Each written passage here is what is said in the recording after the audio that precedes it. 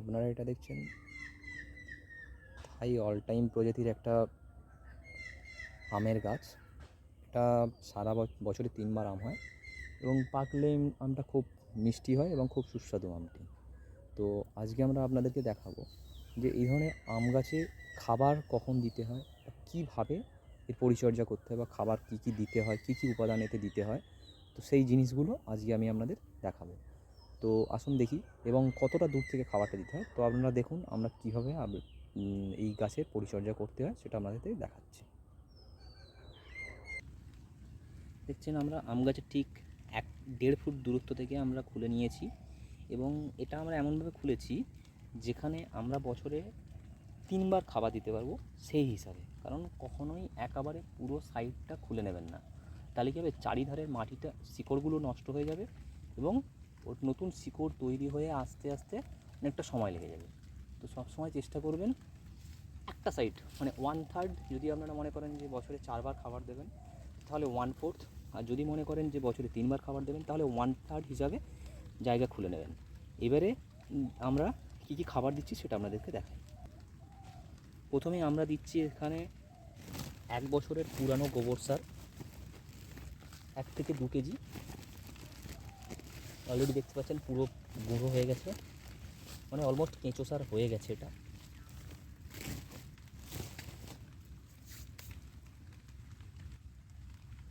এরপর আমরা দিচ্ছি এতে 500 গ্রাম পরিমাণের হাড়ের গুঁড়ো।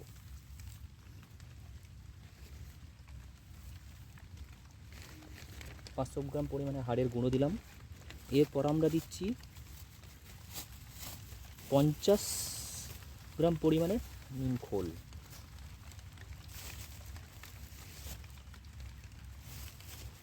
এরপর আমরা দিচ্ছি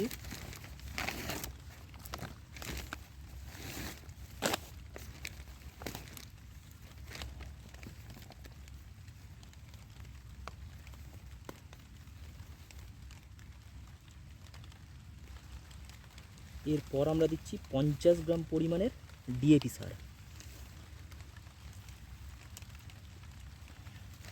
জাস্ট 50 গ্রাম, একদম বেশি দেবেন না, এগুলো রাসায়নিক জিনিস, একদম দেবেন না, খুব কম পরিমাণে দেবেন, মানে দেবেন অবশ্যই দিতে লাগবে কিন্তু একদম কম পরিমাণে দেবেন। আচ্ছা, এরপর আমরা দিচ্ছি সিঙ্গেল সুপার ফসফেট 0050, এটা দিচ্ছি আমরা 25 গ্রাম।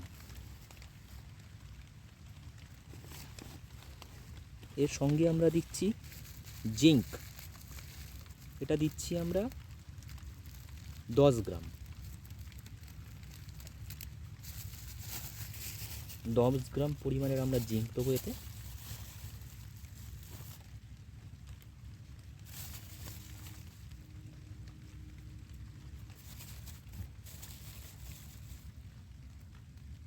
আচ্ছা, এরপর আমরা দিচ্ছি এতে আমরা দিচ্ছি 1 চামচ পরিমাণের B20 বোরন,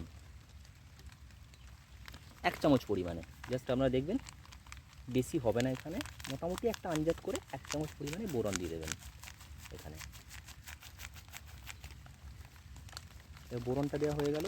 লাস্ট শেষ যে উপাদানটা আমাদের অবশ্যই দিতে হবে সেটা হচ্ছে এই যে খাবারগুলো আমরা সবগুলো দিলাম, যাতে এই খাবারগুলো উই পোকায় নষ্ট না হয়ে যায়, মানে যারা মাটিতে চাষ করবেন, মানে মাঠে বা মানে ডাঙাতে যারা চাষ করছেন তাদের জন্য। আর যারা আপনার ছাদ বাগানে চাষ করছেন তাদের জন্য এটার প্রয়োজন পড়ে না। এটা নিম খোলের পরিমাণটা 50 গ্রামের জায়গায় ওটা 100 গ্রাম করে দিলেই হবে। বাট যাদের ডাঙা হিসাবে চাষ করছেন তাদেরকে অবশ্যই এই ফুরামন অবশ্যই আপনাদেরকে দিতে হবে। এটা মোটামুটি 50 গ্রাম, 50 গ্রাম পরিমাণের ফুরামন আপনাকে দিতে হবে, যাতে এই সমস্ত উপাদান খাবারগুলো আমরা দিলাম যাতে কোনোটাই, সবগুলি যেন গাছ গ্রহণ করতে পারে, যাতে কোনো পোকায় এই খাবারগুলো খেয়ে না চলে যায়। তার জন্য সেই দিকটা আমাদের অবশ্যই খেয়াল রাখতে হবে। কারণ আপনি একটা গাছের যত্ন করছেন, খাবার দিচ্ছেন, কিন্তু যদি মাটিতে ওই পোকারাই যদি সব কিছু খেয়ে চলে যায় তাহলে আপনার গাছের গ্রোথটা হবে না। সেই গাছের খাবারটাই তো পুরোটাই খেয়ে দিল, আপনি যে খাবারটা প্রয়োগ করলেন সেই খাবারটা পুরোটাই আপনার পোকায় খেয়ে নিল। এইবার এই উপাদানগুলো আমরা একটা বাড়ি দিয়ে বা কোনো কিছু ইনস্ট্রুমেন্টাল দিয়ে আমরা এই সমস্ত উপাদানগুলো ঠিকঠাকভাবে মিক্স করে দেবো। মিক্স করে দেওয়ার পরে আমরা কি করব, এখানে একটা মাটি দিয়ে ঢেকে দেবো।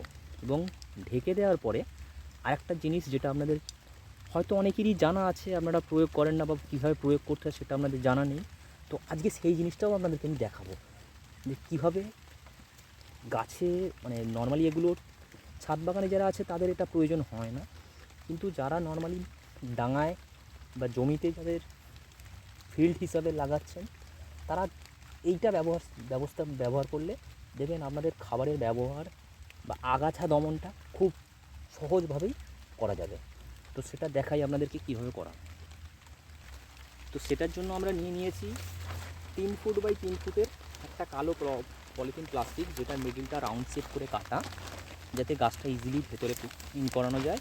এবং গোল গোল আপনার কাঁচি দিয়ে আপনি ছেঁড়া করে নেবেন যাতে ভেতরের গরম হাওয়াটা বেরিয়ে যায়।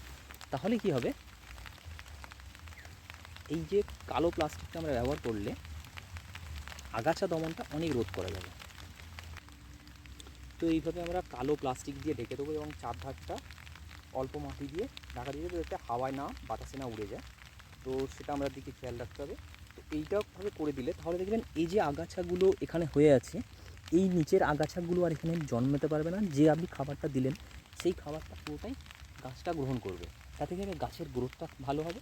এবং যে খাবারটা যেটা আপনি অ্যান্টি, যাতে পোকামাকড় না লাগে তার জন্য আপনি যেমন মাটির নিচে আপনি বীজ প্রয়োগ করলেন বা ফ্লোরাডন পোস্ট প্রয়োগ করলেন বা নিম খোল প্রয়োগ করলেন, সেই রকমই গাছের ওপরে মাটির ওপরে যাতে আগাছা না জন্মায় তার জন্য এইভাবে কালো প্লাস্টিকটা অবশ্যই দেবেন। তাতে কী হবে, আপনার আগাছাতে খাবারটা খেয়ে মানে খাবারের টেস্টটা নষ্ট হবে না।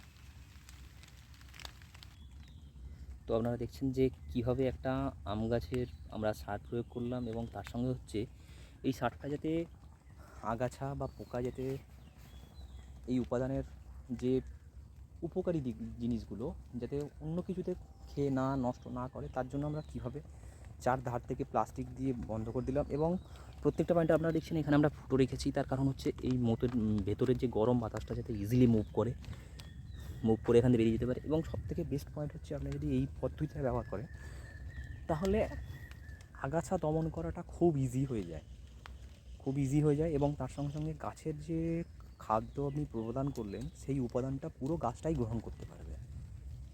তো আপনারা এইভাবে আপনাদের গাছের যত্ন নিন অবশ্যই। তার দেখুন, প্রথমত এবং সবথেকে বেসিক পয়েন্ট, গাছ কখনো কারোর সঙ্গে বেইমানি করে না। যদি আপনি তাকে ঠিকঠাক পরিচর্যা করেন অবশ্যই আপনি তার ফল অবশ্যই পাবেন, একদম 100%, এটা আপনি বিশ্বাস রাখবেন। তো অবশ্যই আমার ভিডিওটি যদি আপনাদের ভালো লাগে অবশ্যই লাইক অ্যান্ড শেয়ার করবেন, এতে আমাদের ভিডিও নতুন নতুন জিনিসের ভিডিও আনতে আমাদের উৎসাহিত করবে। নমস্কার। এবং লাইক শেয়ার করবেন অবশ্যই আমার চ্যানেলটিকে, যাতে আপনাদের জন্য আমি এই ধরনের নতুন নতুন ভিডিও নিয়ে আসতে পারি এবং আপনাদের যারা এই ধরনের জিনিসগুলো খুঁজছেন তারাও যাতে এইগুলো পান। অবশ্যই আপনাদের বন্ধুদের মধ্যে শেয়ার করবেন এগুলো।